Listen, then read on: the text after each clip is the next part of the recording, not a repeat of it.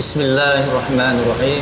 Assalamualaikum warahmatullahi wabarakatuh. Innal hamdalillah nahmaduhu wa nasta'inuhu wa nastaghfiruh wa na'udzu billahi min syururi anfusina wa min sayyiati a'malina. May yahdihillahu fala mudhillalah wa may yudlil fala hadiyalah. Asyhadu an la ilaha illallah wahdahu la syarikalah wa asyhadu anna Muhammadan abduhu wa rasuluhu la nabiyya ba'dah. Amma ba'd. Bapak, Ibu, dan saudara sekalian, para pemirsa yang dirahmati Allah Subhanahu wa taala. Alhamdulillah wa syukrulillah ala nikmatillah. Puji syukur senantiasa kita panjatkan kehadirat Allah Subhanahu wa taala. Di bulan Ramadan yang mulia ini kita masih mendapatkan karunia yang luar biasa dari Allah, tentunya adalah karunia iman dan Islam serta menjadi orang yang ihsan.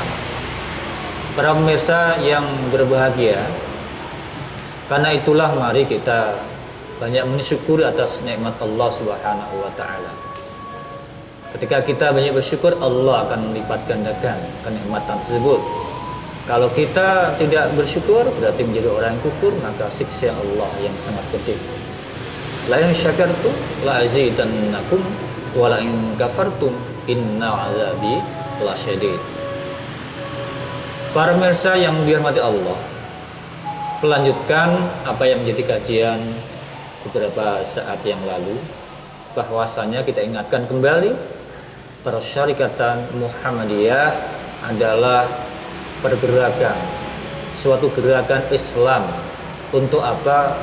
Untuk amar ma'ruf nahi mungkar, dengan tajdid yang menjadi suatu jargon yang senantiasa dikembangkan oleh Muhammadiyah. Kita tahu faktor berdirinya Muhammadiyah karena ada faktor intern dan ekstern.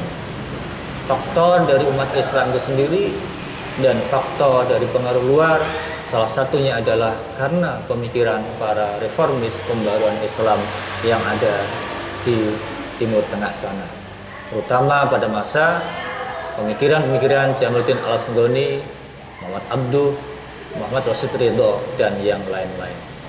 Dan juga karena kita termotivasi dengan Al-Quran dan As-Sunnah. Surah Al-Imran 104 yang sangat tegas pada kita untuk apa? Menjadi orang-orang yang penegak kebenaran, menjadi orang yang amar ma'ruf nahi mungkar dalam kondisi apapun. Dimanapun kita berada, maka kita harus senantiasa menjadi penegak amar ma'ruf nahi munkar. Wal takum minkum ummati yad'una ilal khairi wa ya'muruna bil ma'rufi wa yanhauna 'anil munkar wa ulaika humul muflihun. Dan hendaklah ada di antara kamu segolongan umat yang menyeru kepada kebajikan, menyuruh kepada yang ma'ruf, dan mencegah dari yang munkar. Mereka itulah orang-orang yang beruntung. Para pemirsa yang dirahmati Allah, Muhammadiyah menginginkan menjadi warga yang muflihun, warga yang berbahagia, ilad dunya ilal akhirah. Maka Muhammadiyah menggerakkan suatu organisasi ini bersumber kepada Al-Quran dan As-Sunnah. Tentunya adalah bagaimana bisa menjadikan gerakan persyarikatan ini bisa menjadi berkembang dengan baik. Karena apa? Menunjukkan, mengatur, mengarahkan kepada warga, khususnya adalah warga persyarikatan Muhammadiyah, untuk senantiasa berpeganglah kepada Al-Quran dan As-Sunnah. Karena itu para pemirsa, Muhammadiyah punya jati diri dan identitas. Apa itu? Ya, tentunya kita berbeda dengan organisasi Islam yang lain. Dalam hal apa? Dalam hal mungkin strategi dakwahnya. Dalam hal apalagi perjuangannya yang ditempuh.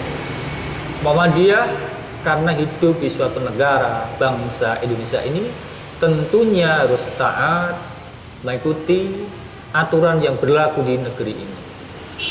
Dan Muhammadiyah tentunya harus bisa menjadikan suatu organisasi yang bisa menjadi tauladan, uswatun hasanah, membimbing kepada umatnya. Karena itulah punya identitas. Apa? Yang pertama, Muhammadiyah sebagai suatu gerakan Islam. Jadi Muhammadiyah itu adalah berjuang karena Islam. Gerakan Islam berarti apa yang menjadi dasar kita Al-Quran dan As-Sunnah, maka wajib kita perjuangkan. Muhammadiyah bukan gerakan ekonomi semata, bukan gerakan sosial semata, bukan gerakan pendidikan semata, bukan, tapi gerakan Islam. Dari gerakan Islam itulah kemudian lahirlah amal usaha Muhammadiyah yang lengkap, mulai dari bidang pendidikan, bidang kesehatan, bidang sosial, termasuk adalah bidang ekonomi. Ini adalah karena apa? Karena berbicara tentang Islam yang rahmatal lil alamin. Sekali lagi, Muhammadiyah ada al-harakatul islamiyah, gerakan Islam. Karena gerakan, maka Muhammadiyah tidak pernah berhenti. Karena apa? Karena diperintahkan dari awal untuk menjadi gerakan amar ma'ruf nahi munkar dan tajdid. Sebagai gerakan amar ma'ruf nahi munkar, maka tentunya adalah Muhammadiyah yang terdepan ketika melihat kemungkaran yang ada sekitar kita. Maka sejak awal Kiai Haji Ahmad Dahlan bergerak, menggerakkan para santrinya, para pimpinan Muhammadiyah pada saat itu tentunya untuk senantiasa mengedepankan kepentingan Islam dan mengedepankan untuk masyarakat umat Islam, tentunya supaya apa? Tidak menjadi umat yang tertinggal, umat yang bodoh, umat yang hanya taklid membabi buta. Dan ini pekerjaan yang berat dari awal, bahkan sampai sekarang pun ternyata masih ada di sekitar kita. Itulah yang kedua. Jadi Muhammadiyah merupakan suatu gerakan dakwah amar ma'ruf nahi munkar. Dan identitas Muhammadiyah yang ketiga adalah gerakan tajdid tentunya. Tajdid itu apa? Pembaharuan. Pembaharuan di sini adalah Muhammadiyah itu suatu organisasi Islam yang tidak jumud, ya, tidak berhenti, tetapi yang dinamakan al-harakah itu kan bergerakan. Maka ya senantiasa berjalan terus, mengalir sesuai dengan irama zaman ini.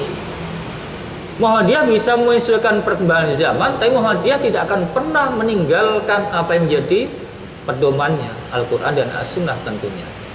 Zaman boleh berubah, zaman boleh berganti, pemimpin juga boleh berganti satu dengan yang lain, tetapi dasar kita tetap Al-Quran dan As-Sunnah. Tetapi adalah Al-Quran dan As-Sunnah yang bisa mengatur kehidupan dari dunia sampai akhirat, bahkan sampai kehidupan yang paling modern sekalipun itu tidak pernah bertentangan.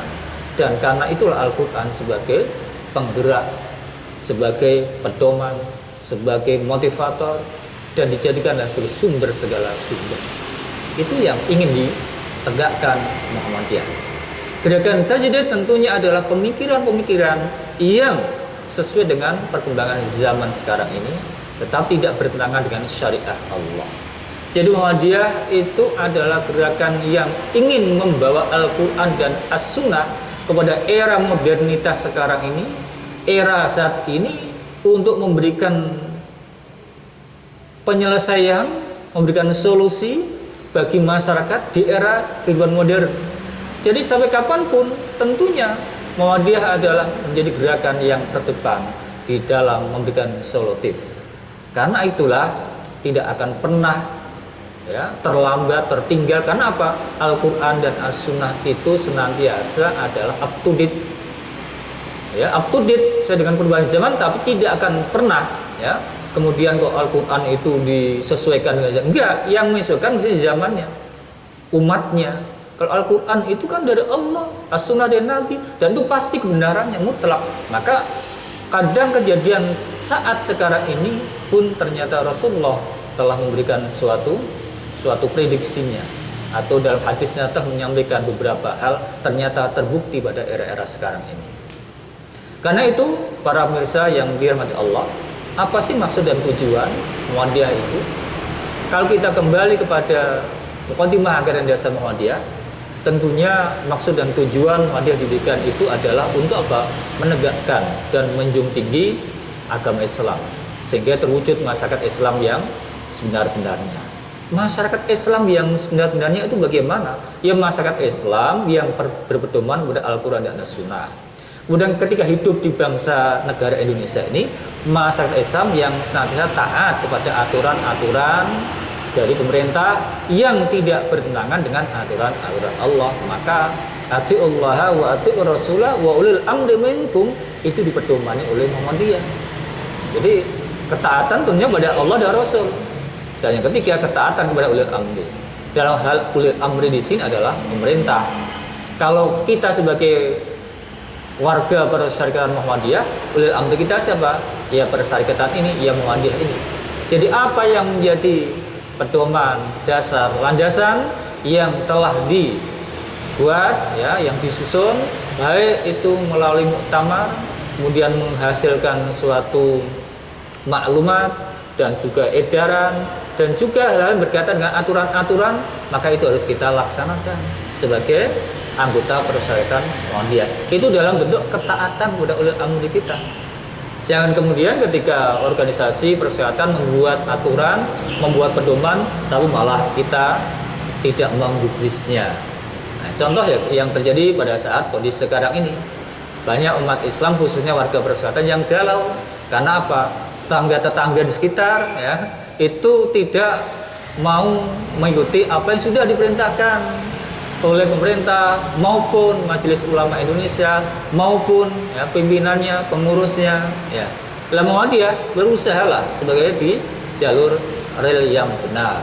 Sebagai anggota Muhammadiyah, anggota persyarikatan, ya tentunya kita harus mengikuti aturan yang jelas. Bagaimana visi dan misi itu? Yang jelas Muhammadiyah punya visi. Visinya apa? Melaksanakan dakwah amar ma'ruf nahi munkar di segala bidang sehingga menjadi rahmatan lil alamin. Jadi Muhammadiyah menjadi rahmatan lil alamin, bermanfaat bagi siapapun.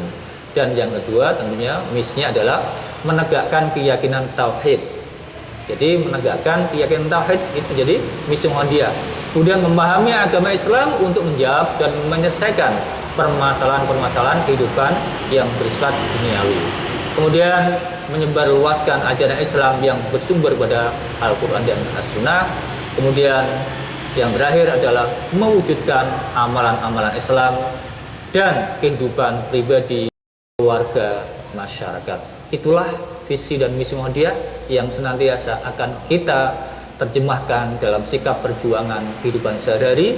Maka yang dibutuhkan bagaimana Muhammadiyah menyusun, yaitu pedoman hidup Islami warga Muhammadiyah. Mudah-mudahan sedikit ini bisa menjadikan kita ingat bagaimana tentang kita berperilaku sesuai dengan Al-Quran dan As-Sunnah yang dilaksanakan oleh persyarikatan Muhammadiyah.